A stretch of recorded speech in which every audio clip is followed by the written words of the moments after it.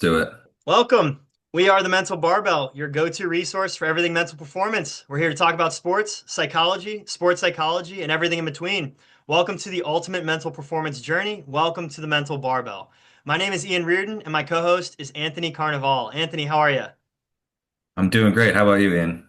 I'm doing great. Just got to watch Tommy Fleetwood win his first major championship in a while, and that's very exciting. I know he's been waiting for Finally. that one for a while. Yeah. I think it took a little bit, but he finally was able to pull one out, and I think it's maybe one of those things where now there's like the avalanche effect, where he's going to rattle off a few more wins now that he knows and sees that he can do it. Yeah, absolutely. And I think they said it was he went his record up to this was 0 and 163. So Yeah. if there's ever an example of an athlete staying, optimistic and looking towards the future and staying tough through the middle of it, that's definitely a good example. Um, yeah. Yeah, no, definitely. I think he really is a good example of showing optimism and grit and resilience. Even when he has these heartbreaking losses, he doesn't seem like he's completely defeated, where I think maybe in other cases you might see somebody who just has zero hope for the future or just feels maybe it's just a decrepit place to be. Whereas like Tommy always seemed like it seemed like he knew he was going to get it done at some point. We just didn't know when. Yeah. And it just happened to be when the tournament was the most prize money to be won. So, it's two for one right there. Yeah, absolutely. And we're going to talk a little bit about the role that optimism plays in, that mental toughness attitude and being able to stay the course even when things are, looking a little negative. And he's definitely a very good example of that. And there's some other golf news that I think is relevant for the work that we do here and kind of meaning through sports and finding purpose in sport. And I know Scotty Scheffler, who's I think he's the world number one right now. He came out a couple weeks ago and really talked about the idea that golf wasn't his entire life. He has a wife and a newborn child, and he talked a lot about how that gives his golf more legs because he doesn't hang his hat so much on the scoreboard at the end of the tournament because he's got something else to go home to, right? He's got Hmm. that very fulfilling life, behind him outside of golf. So I was curious, with someone who works with a lot of golfers and has a lot of experience in golf yourself, what were some of your kind of takeaways from that message from Scotty Scheffler? Yeah, I think it's surprising but nice to hear. It's like a good surprise to hear something like that. I think because when we think of these athletes, especially somebody that isn't a Scotty Scheffler kind of role or position, somebody that's played golf or their sport their entire life and not gets paid for it, the chances of them having their identity pretty wrapped up into the sport and into the outcome of the sport is probably extremely high. And I think oftentimes when we see that, when your identity is that of an athlete and that of a winner, of that of performing really well, what often happens is when that doesn't happen, your body responds like there's a threat. So oftentimes, like let's say like Scotty did have a strong maybe identity or really a strong attachment identity to golf. When he loses matches or doesn't play well, it probably would affect him significantly worse because his whole entire worth is attached to the outcome of the event. And I think when we talk about like athletic identity, we want people to have a more well-defined identity outside of just the sport that they play. Because when we don't, like I said, it feels almost as though there's like a psychological threat because this is exactly how we see ourselves instead of seeing ourselves as just one performance at one time. Every athlete is much more than the outcome of one event or of one season. But I think it's really hard to recognize that sometimes when we're so attached to ourselves as the athlete in the sport that we play. Yeah, absolutely. And especially for these pro athletes where their livelihood, hinges on their Right. outcomes, right? It can be very easy to lose yourself in that identity. And, thinking about when that goes awry, you think about, NFL players or when they retire and they've really done nothing outside of football and that or any sport, not just picking on NFL players, it could be baseball, it could be anything. If that is your entire life and maybe it's not going the way it should, then really your whole life is not going the way that it should. So having that identity rooted in something else, something like family or community, something around or outside of your sport can be really, Hmm. really helpful. Also, when that identity kind of comes to a close, right? When we retire, if your identity, and I've run into this a lot with college athletes, when their natural, career comes to that 4-year conclusion, if they haven't developed some sort of identity outside that of the athlete, then it's really hard to really transition into the next phase of things. So I do think it's great to see Scotty saying, that he has this identity outside of golf and he is the number one golfer in the world. I think, when we think of those elite performers, we often think that their entire identity is that of the athlete, thinking, Michael Jordan or LeBron James, right? Their whole identity could be that of a basketball player. But to see, this is like you said, a breath of fresh air, and it's kind of relieving for younger athletes to see that you don't have to put, all of your eggs in that basket. So I thought that was a great message for Scotty to put out. Yeah, absolutely. And I think you've seen a lot of the athletes that are successful after sport do have something else that they developed. I mean, before, rest in peace. But at one, Kobe Bryant was winning like Grammys and awards for writing books and directing movies. So you can still, I think the way we like to frame it sometimes is that you learned a lot of skills as an athlete, and you could transfer those to life outside of sport as well. And you can still attack the day or attack your work. Maybe attack's a strong word, but you could still approach things like an athlete would. You just won't maybe not playing that sport anymore, but the things you've learned as an athlete do transfer over to basically all avenues of life.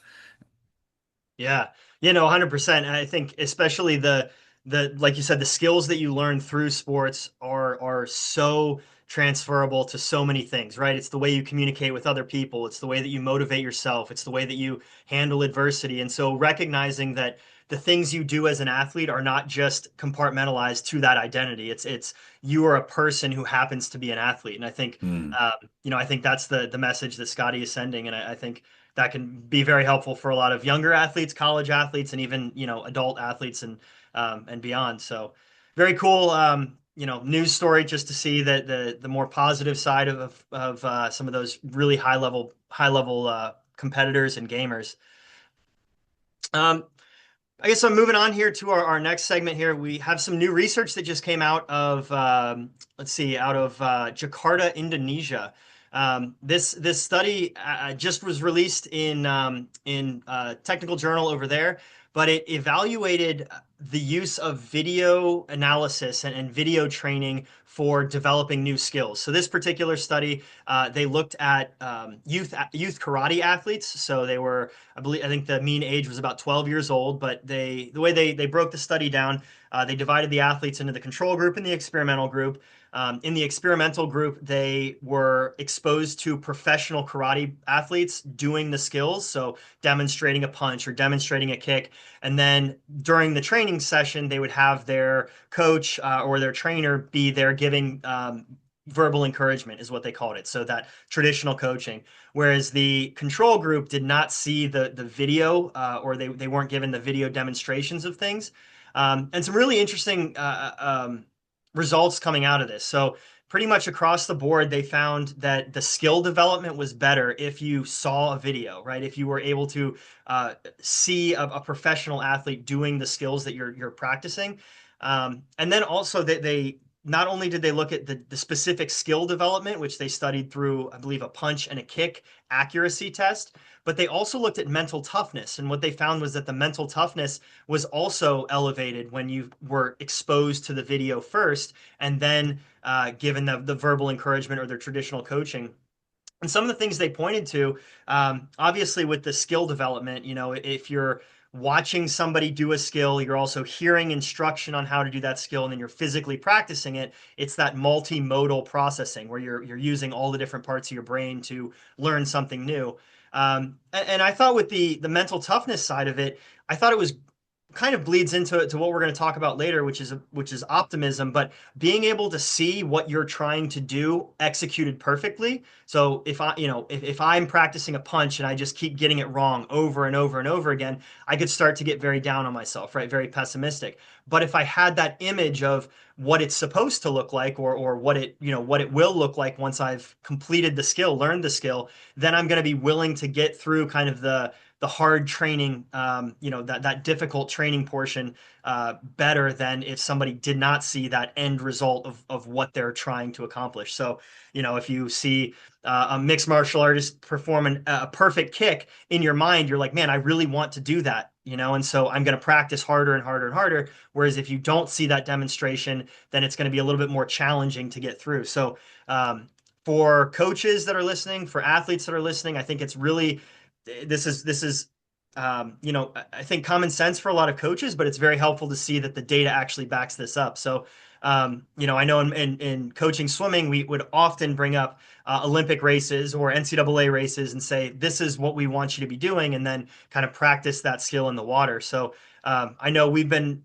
implementing it in the schools that I've been coaching at. Anthony, I'm curious to hear if you've ever utilized kind of this video training technique or anything with athletes that you've either coached or maybe yourself personally.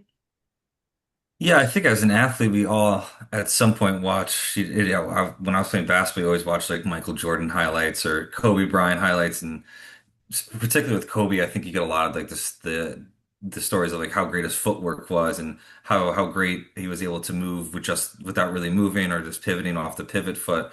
So I think yeah, I do think like at some point we all end up watching video. I just don't think maybe we recognize how much it does. Like the study, we didn't maybe go into the weeds as much as the study did about it. Um, so I think it can be really useful. I think sometimes the thing is like I think in some cases it gets people so caught up in the technical side of it. Whereas like we're so focused on like getting for like a punch, getting the right technique there, or for a kick, getting the technique so right, and we end up kind of getting into like a paralysis by analysis kind of state. So I think it's good. We just got to recognize that like at a certain point with maybe certain people, it can become cumbersome. Yeah, absolutely. And I think that's what these researchers tried to address with that verbal encouragement piece, right? Mm. So it's not just necessarily watching a video and then trying to emulate it on your own, but it's watching a video or a skill and then having a coach be there and encouraging you through it, right? So it's if you do start to, get that paralysis by analysis or that even an upward social comparison where you're like, man, I'm never going to be as good as Kobe was. That's where the role of the coach comes in. And so, maybe you're not going to be Kobe tomorrow, but we can try to emulate what he does and work your way towards it. So I also thought it was interesting the age of these athletes. They said their mean age I believe was 12 or 12 and a half. And so I'm curious to know, or curious to think about if that would have the same effect with older athletes. And even as we're talking about generationally, younger kids are so exposed to their sport digitally on a screen, that it might be more effective even so for those guys because they're more used to seeing those elite athletes on their screens. Whereas like for someone like you and me, we kind of grew up without that. We didn't have all that video help available. So maybe kind of a change in the tides there a little bit, and maybe a way that coaches especially can harness some of that digital media to help train your youth athletes rather than resisting it. I know I've thought a great deal about if social media is on the whole helpful or hurtful, and I think as with any good answer, it kind of depends. It depends on how you use it. But the benefit that we have now is that you have so much accessibility to those athletes and what they're training. You can see the Instagram stories of what these athletes are actually doing day to day, and you can kind of model what you're doing based on that. Whereas you and I might have had to rely more on like a newspaper article or a magazine article that said this is what so and so does. So I think it's interesting kind of thinking about incorporating some of that digital media rather than resisting it in coaching and training moving forward. Yeah, I definitely think so. I think with the younger generation, or like just not even generation, I think younger athletes in general, you're going to find it more effective. And I think it's more of like just like a hardware concern than anything else. We're a little bit older. We probably wouldn't even we'd be retired probably in most sports at this point. So our brains don't have the same wiring and capacity that a 12-year-old does. They're still like picking up a new skill is very easy at that age. Mm. And then if you incorporate the video, the coaching on top of it, all the technique, it's going to be so much easier for somebody our age to do something new. So I think particularly with somebody who's a novice in the sport, it's probably an excellent way to learn a new skill. Not to say that it wouldn't be for somebody else. Others, I think you'll just notice rapid change and rapid improvement with somebody who's younger and who doesn't already have like pre-developed tendencies and biases than like an older athlete, particularly one who's probably like an elite athlete. They've done things so well for such a long time that's probably hard to do something completely new. I think if you wanted to tweak something, maybe, but like I said, I think for like a younger athlete, it's probably really, really good because we can learn a skill very fast and they have the brain to learn things really fast. Yeah, and I'd even imagine to your point there about the difference between elite athletes and maybe novice athletes is how you're using the video. So I know when we would watch with my college swimmers, we would watch one very small segment of a race over and over and over again. It might be a turn, Mm. right? But we're watching it in slow motion. We're watching it at full speed. We're watching it, forwards and backwards, and really getting into very, very detailed details. Whereas for a more novice athlete, you might want to watch kind of a flow, a more continuous, just this is the general feel of what this skill should look like. And so just kind of using the intervention maybe differently for athletes of different ages. I think that's a great point. And for anyone that's interested, I will put the link for that study down in the comments below or in the description below if you'd like to take a look at it. Very interesting study and very recent. Just was published earlier this year. So Hmm. um, also, as we said, it also had uh, it had connections and outcomes tied to mental toughness. So those athletes that were exposed to the video showed higher, trait mental toughness because of seeing, the end result of what they're trying to do. And I think this is something that we do in our goal setting too, with especially like the Whoop goal setting paradigm. You're trying to give yourself a little taste of what success looks like, and I think that's exactly what the mechanism is here. You're showing what the success looks like, and then you're going to be a little bit more willing to put in that hard work to find the success later. Yeah, Uh, absolutely. I Yeah, would agree and, with and I that. think that brings us perfectly into our main topic for today, which is the role that optimism has on mental toughness. And I know we've talked about mental toughness on the podcast a couple of times, but I think it's one of the most misunderstood concepts in sports psychology because the the what you see and what you think of as a mentally tough athlete is very different than what that athlete actually experiences, if that makes sense. So, mental toughness, in my opinion, is almost always exclusively something that exists from the outside looking in, right? An athlete, I think, very rarely would think of themselves as mentally tough.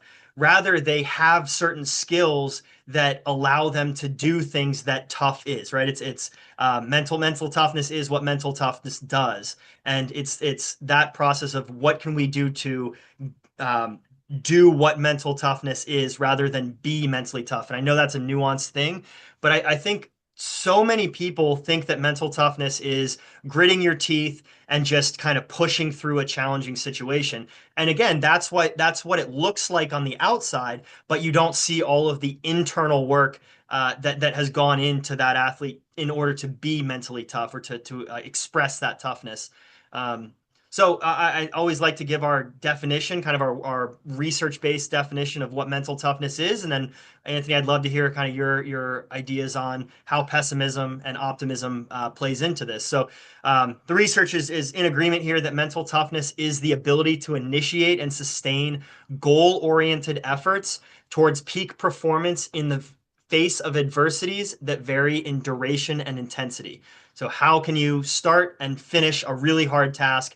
uh, that's towards your goals. So, Anthony, what are some of your thoughts on the role that optimism plays in that process? Yeah, I think I might have mentioned this before. This kind of I'll link it to optimism, but the I think I talked about on a previous episode like the pine tree versus the palm tree.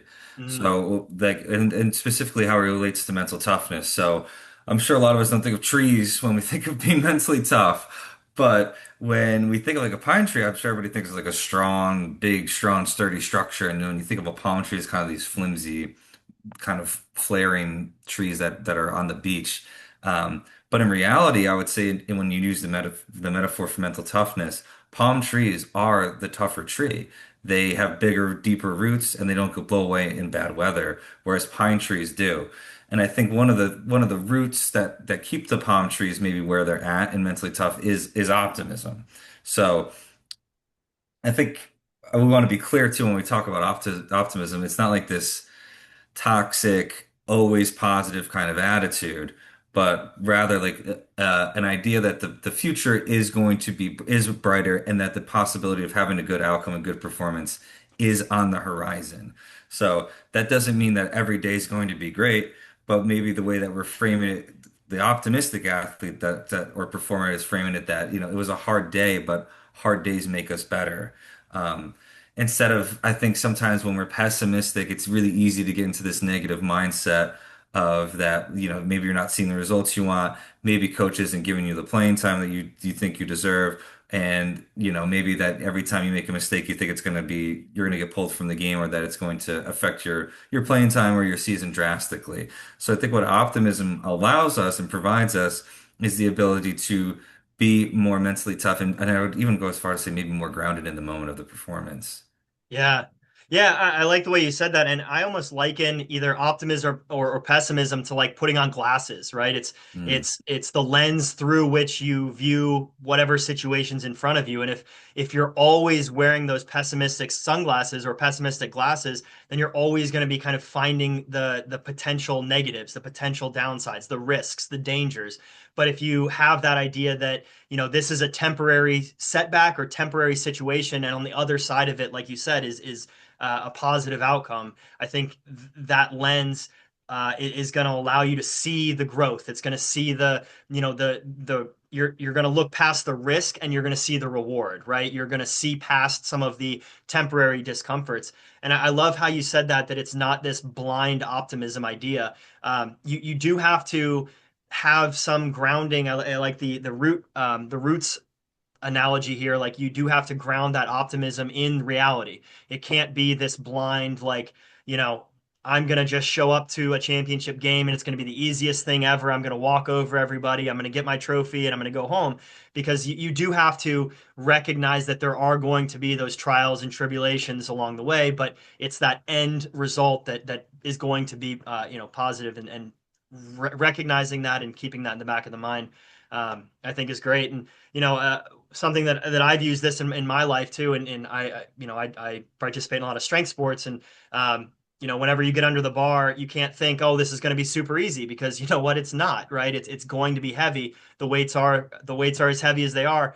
Mm. My kind of personal mantra for that is the weights are heavy, but you're stronger, right? And so that idea of recognizing the difficulty of the situation, but seeing the optimism, the benefit in the end of it.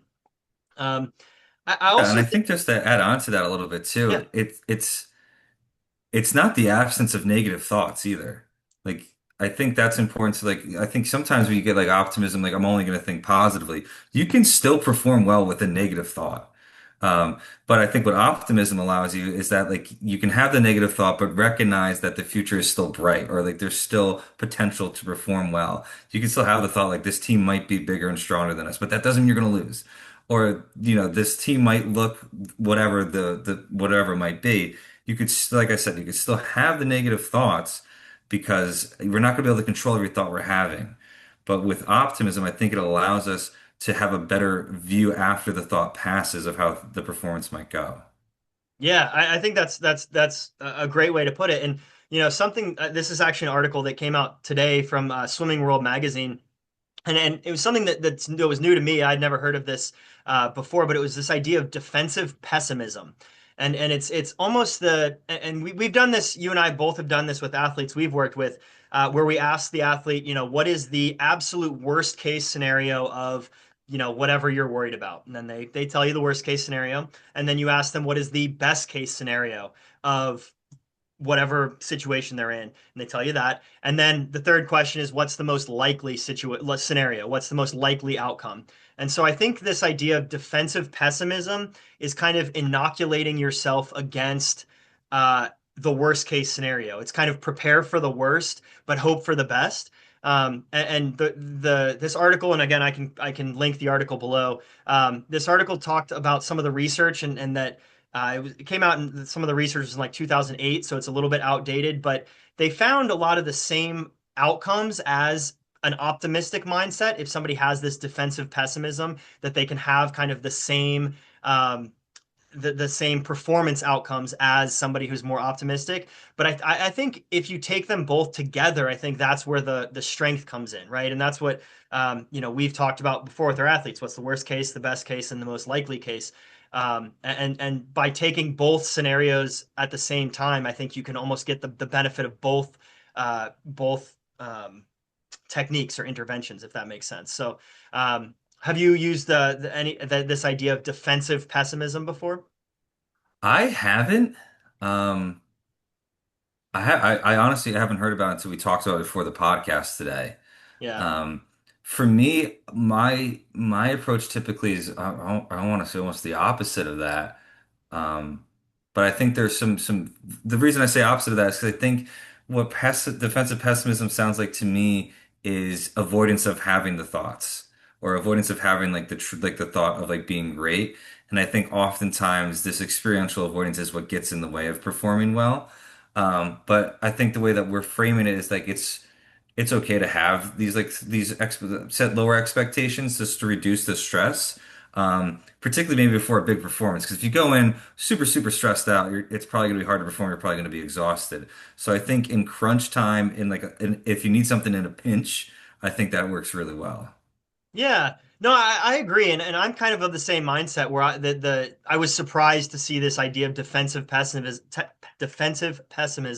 especially in the word defensive, right? Because we always, Right. want to be competing from a place of confidence, from a place of almost attack, like we said. And so to intentionally take this defensive mindset, I think you're almost preparing for the worst case scenario, and that might not be the best mindset to go into a big performance with. So, I brought it up just because I think now that it's kind of out there and in the zeitgeist here with Swimming World Magazine talking about it, I wanted to talk, you and I to talk about it. But I think, it can be used, but maybe in tandem with that optimism that's grounded in reality, right? So this might be a way to almost ground that optimism if you're somebody who does have kind of the head in the clouds mindset. That maybe a dose of defensive pessimism might bring you back to that, the present moment. But I was a little bit interested. I'm going to be doing some more research into this and see what the scientific literature on the idea is. But um, Yeah, I think it's one of those that probably works one time really well. mm, Um, and maybe doesn't work as well after that because I think there is some utility in performing without expectations. I think that's where that can help a lot. Because I think a lot of the times with the athletes that I'm working with, is particularly at my role at Marist, their first time competing at a Division 1 level, I think they have a really hard time with the expectation.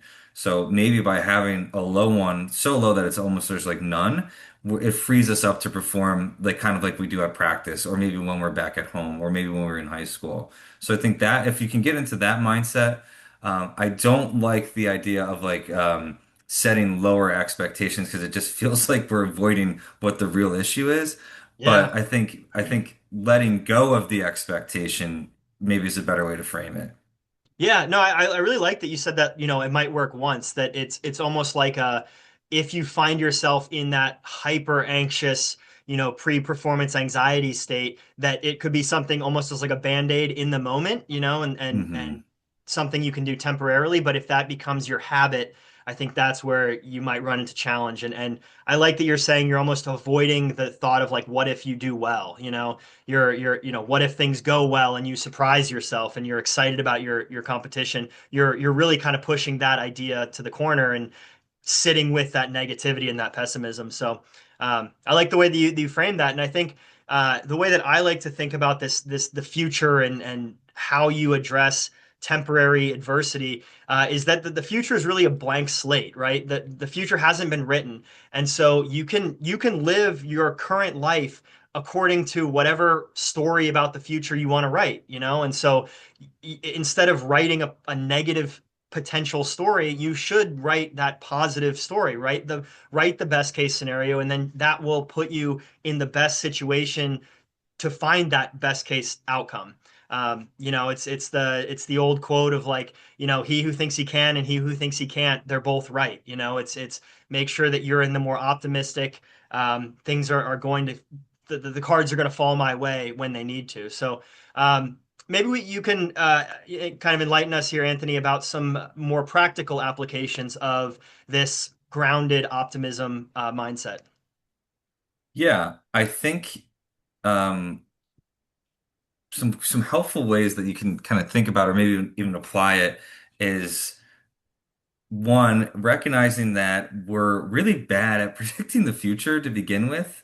Absolutely. Um, so, when we think of like people that try, or let's just even, we can even just use a pop culture example. Look at any sci-fi book or movie when the person had the opportunity to go back in time and change things, they often end up in the same spot they were in. Or like they often were really wrong about if I went and did this again, my life would be this different.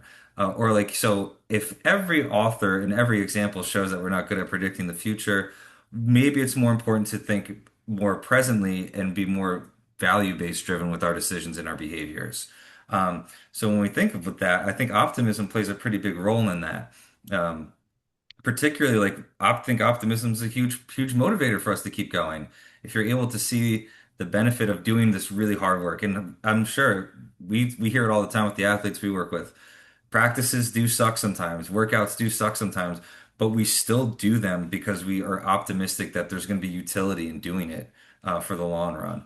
So I think recognizing that the short-term pain is worth the long-term success in these situations. Yeah. And I think to recognize maybe how we're talking to ourselves during that moment can be really important as well. If you're just constantly checking like how much time is left in this, how many more times do we have on this drill? How much more is this? You're focusing much more on the outcome and less on the process of it. And I think you're going to look back on these drills and it's going to seem like it's not as bad as it once was.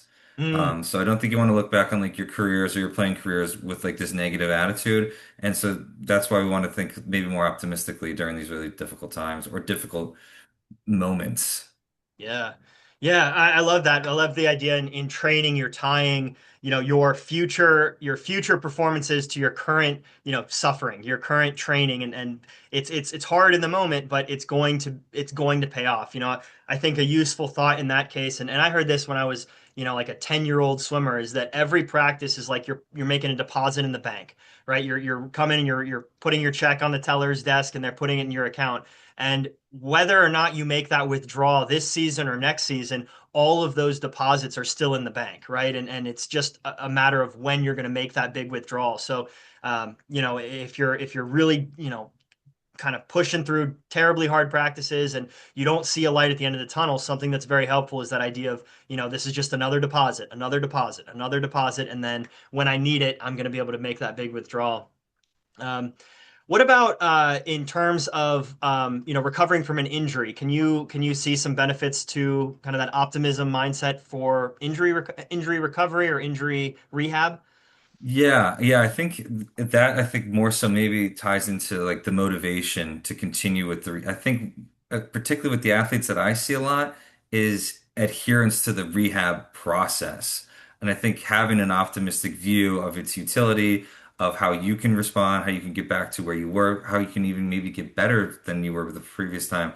Optimism plays a huge role in that. Because I think a lot of the times we notice is that athletes maybe lose motivation or maybe become pessimistic. Maybe it's your first injury and this is the first time you're taking a break from your sport. Maybe there's a loss of identity for a while. I think what being optimistic does is helps you stay motivated, maybe helps you stay connected to the team and the people around you, and keeps you going through a time in which you're not getting the rewards or benefits of playing your sport. Yeah, absolutely. I think that's a perfect example. The first time injured athlete where they have not seen, a full rehab process in its conclusion, right? And see themselves back on the field or back on the ice, back in the pool, what have you. But having that underlying tone of optimism that you will get back there, rather than like, oh, I really hope I get there, and then the more you're in that I hope, then it becomes, well, maybe it's not going to happen, and then you start missing rehab sessions, you start doing a little bit less, of your exercises and things like that. So I always like to think of like optimism being kind of the gasoline in the tank, right? You're not going to be able to drive that car very far on an empty gas tank. And so the more optimistic about the future, the more gas you're going to have, the further you're going to be able to drive that car. So, and I know we've mentioned this a few times, but it's also really important not to lie to yourself. And I think it's almost impossible to lie to yourself because, it's this is kind of a funny example, but it's just like you can't tickle yourself, right? There's something that prevents you from subverting your BS detector, right? You kind of know. And so let's say, you have 3 weeks left to your championship game and you snap your tibia.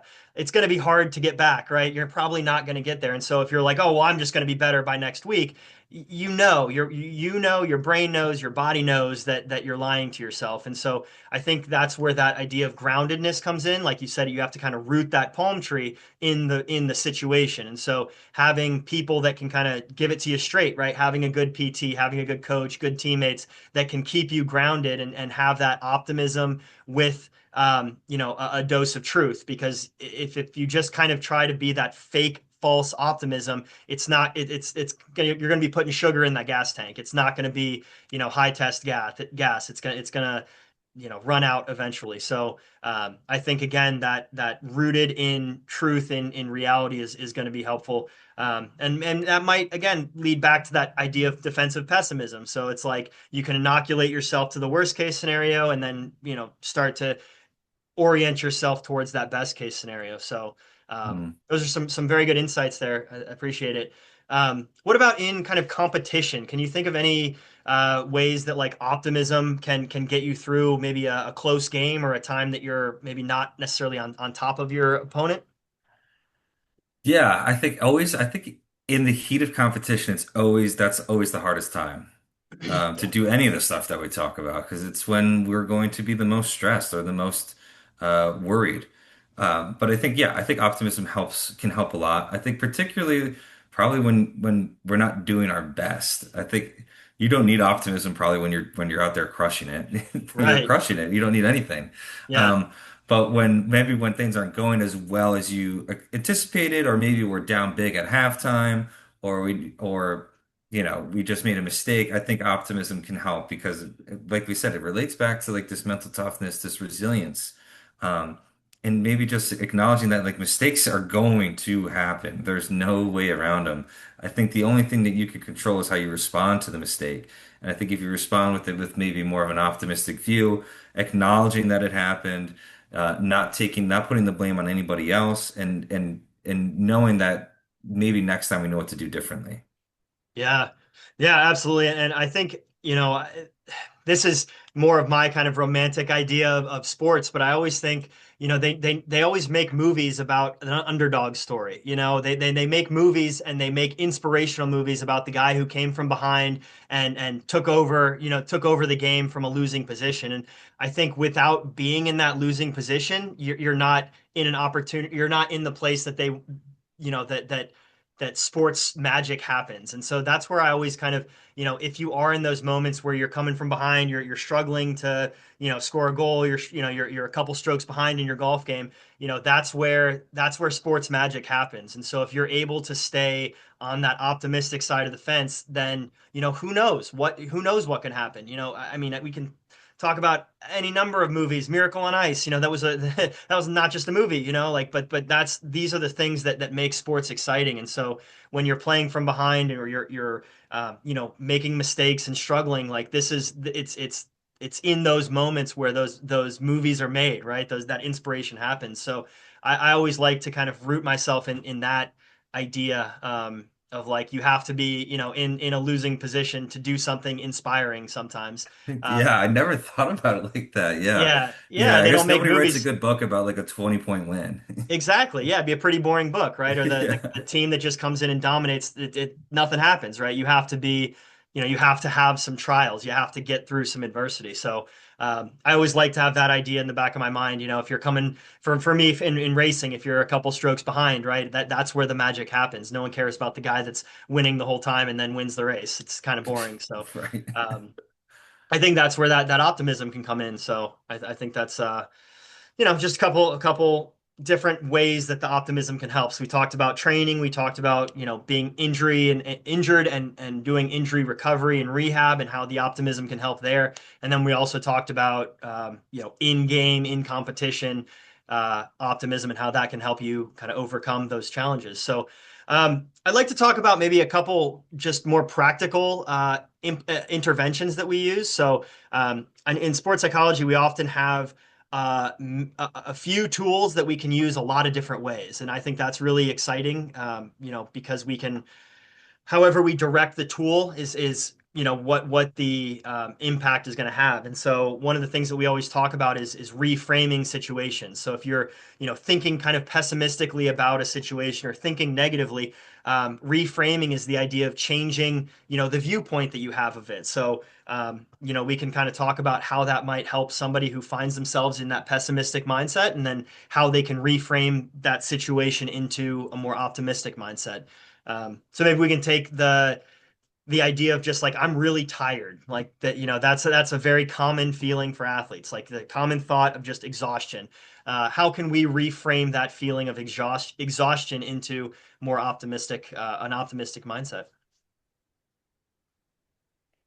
Yeah, I think one thing we can do is just, I think sometimes even not even reframe it, but accepting it. Mm, Um, so, sometimes I think the most common reframe that we hear is like nervousness to excitement, because they register in the body the same way. It's just the context that's different.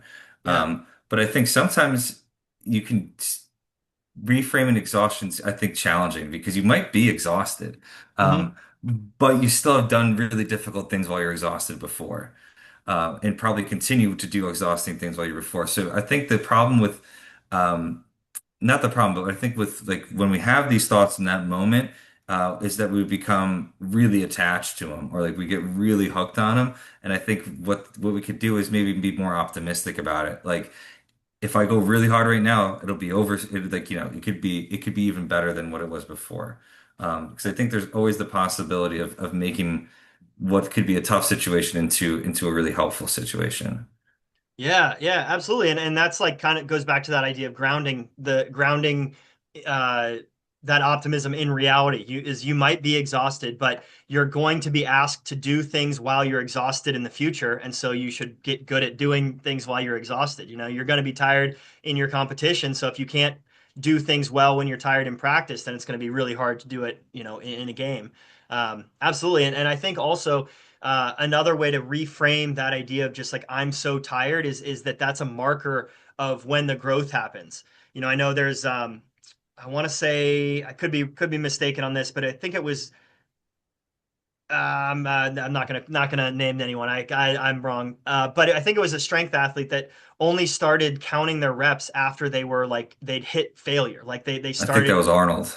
Okay, yeah, I just couldn't remember if it was him or Ronnie, but yeah, it's like the reps that are going, that are happening when you're not tired, they don't matter, nothing's happening, but it's when you're in that state of exhaustion, when you're close to failure, that's where those reps really matter. So instead of hanging on, I'm so tired, realizing that this is where the growth happens, this is where the progress happens, and that in and of itself is optimistic because you're putting a growth mindset on it. You're not focusing on the current felt exhaustion. You're putting that mindset on future optimism, future growth. So I think that can be a really helpful way to reframe that situation. Another really useful tool that we use all the time is visualization. And we've talked a little bit about this in the context of that research study that we just talked about, where seeing seeing the outcome, seeing the best case scenario, right? Watching that pro karate athlete perform a perfectly executed kick, that's putting the outcome, that best case scenario in your mind. And so I think you can do that on your own, where you visualize yourself having success. You visualize yourself doing whatever it was that you were doing really well, and that allows you to kind of push aside some of that negative pessimism and be more optimistic towards the future. So I think visualization also lends itself really well to this optimistic mindset too. Yeah, absolutely. I think kind of on the same note, um, recognizing times when you've maybe pushed through these difficult challenges. I know we kind of mentioned already, but even just drawing on previous experiences of like when maybe you needed optimism to get through a tough set or a tough practice or a tough moment in a game, and recognizing that you do have the ability to do it because you've already done it before and probably much more often than you realize. Yeah. So just to be able to know that you have the strength and the mental toughness to get through it, through, just by recognizing that it's probably already been done before. Yeah, yeah, that's great. And I'm a big kind of quotes and mantra guy. I think they're really helpful kind of pre-packaged ideas that you can have stored in your mind and kind of use them without a whole lot of decision fatigue or having to think a whole lot about it. And one of my favorites is, but what if I can? So, a lot of athletes in the moment will be like, I'm so tired, I just can't do another rep, and then, but what if I can, right? It's that you can tack it on to just about any negative thought, any pessimistic thought, and you're allowing that, hope for the future to creep in, and you're allowing yourself to like, man, I don't think I can do it, but it would be so cool if I didn't think I could do it and I did it, and that allowing yourself to have that thought that, but what if I can be really helpful. So that's kind of my mantra that I like to use a lot in those moments and that self-talk idea of reinforcing optimism. Yeah, I love that one. But what if I Yeah. can? I think it's so good. Yeah, yeah. And it's also it's very easy to get wrapped up in how you feel right now. And I think that mantra puts you in a place of how will I feel if I do it? And then you're like, man, that would be awesome. And then you start focusing on that feeling rather than, the lactic acid buildup in your muscles and, your lungs burning and all that other stuff that you can focus on. So, Mm. um, that's just a couple of ways that I think we've used some of our tools and sports psychology interventions to help athletes find that more optimistic mindset. So, maybe you could give us a couple practical, takeaways that are kind of short and easy for athletes to think about in this podcast or things they can take away. Yeah, I would say notice when you're feeling discomfort, and don't run away from it. I think that's a big one. We want you to maybe even sometimes lean into it. Yeah. Because if you constantly run away from it or avoid it, you're really just training yourself to do that every time. Yeah. And then you're not really growing or becoming better. So I think it's important to maybe recognize it and name what you want to get out of it. And then also to not be so future, not to be super future oriented, but to know that the point of these difficult things is to get better, not today or maybe tomorrow, but like moving forward. It's Mm, not all going to happen at once. You're not going to, you won't see the results of squatting until you've squatted enough. Or like you won't see the results of all this skill work that you maybe do during your preseasons, until the work is done. So I think while those days might be really boring and monotonous and unmotivating, it's important to know that you're doing it because it's going to benefit you in the long run. And that inherently has an optimistic view. yeah.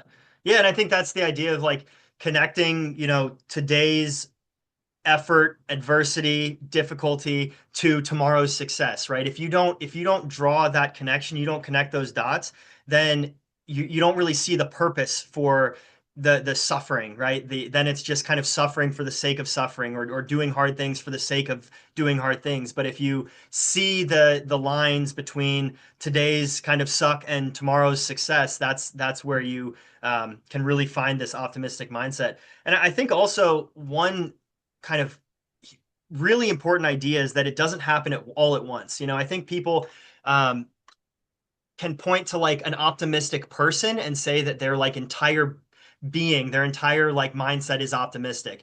And I don't think that's helpful because it doesn't happen like that. It doesn't happen all at once. It happens in very small doses, repeated over and over and over again.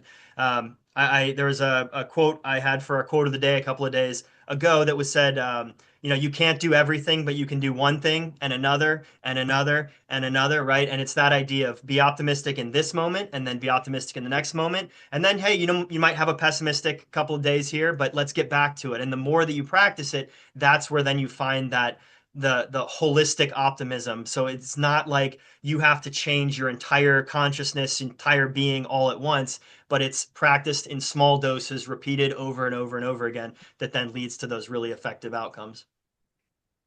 Yeah. Well, I want to keep in the theme of also having a mental fitness challenge like we've been doing in these past podcasts. So, uh, I do you remember what we did last what our last fitness challenge was? I should have had I this know we prepared. had a gratitude one. We did do a gratitude journal. I think so. What we're going There to was try to something in do. between though. Yeah, Okay. yeah. We're gonna make a more concerted effort here to tie the fitness challenges together. So I think today's and this month's fitness challenge will inform the next. And so what I want us to do for anyone that's listening and that wants to kind of follow along with our program here is it's a version of journaling, but it's the idea that we're writing down some of those automatic thoughts that we have. So everybody, I forget the specific figures, but is an astronomical number of thoughts that everybody has every day, and almost 60 to 70,000, I think the research shows. yeah, yeah, Yeah. yeah, That's a and that lot. it is, and I think it also said that like 85 to 95% of the thoughts are repeated day to day.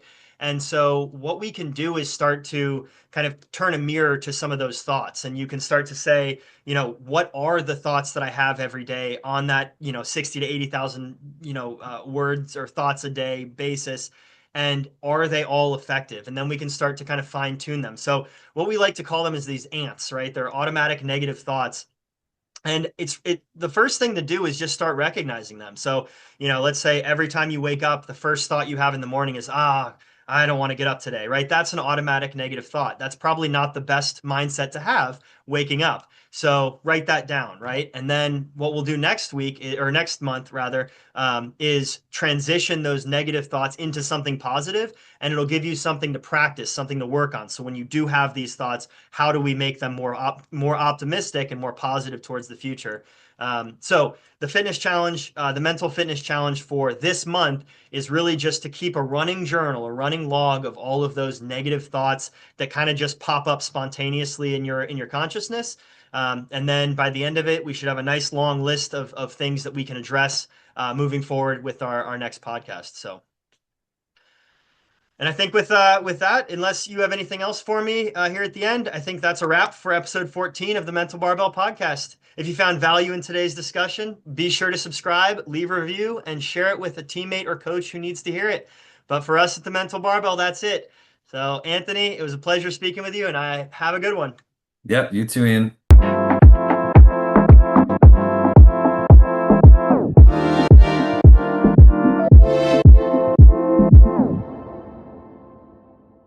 Let's do it.